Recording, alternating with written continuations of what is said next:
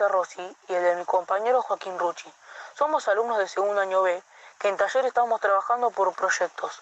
Nuestro proyecto es una aspiradora casera. Se trata de un dispositivo innovador, versátil, de mano y sin cables, ideal para la limpieza del hogar y del automóvil.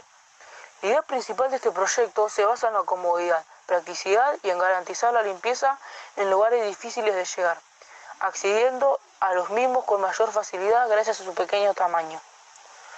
Otro de los motivos que nos llevó a elegir este proyecto fue la utilización de materiales reutilizables, pudiendo de esta manera contribuir y concientizar a la ayuda del medio ambiente. Este proyecto se encuentra construido con materiales reutilizables.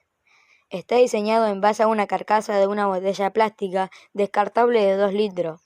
En su interior encontramos un pequeño motor de 12 voltios capaz de brindar la potencia necesaria para poner en funcionamiento la hélice realizada con lata de un recipiente metálico.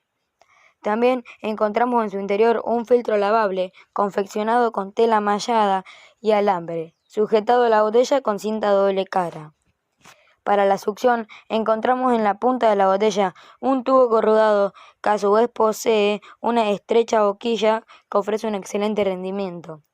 En la parte superior de la botella se encuentra una pequeña manija también confeccionada con tubo corrugado y sobre ella se puede visualizar el interruptor del dispositivo, encargado del encendido del mismo. Y por último, detrás de la manija, encontramos la batería de 9 voltios que pone en acción el motor y por consiguiente el funcionamiento total de la aspiradora.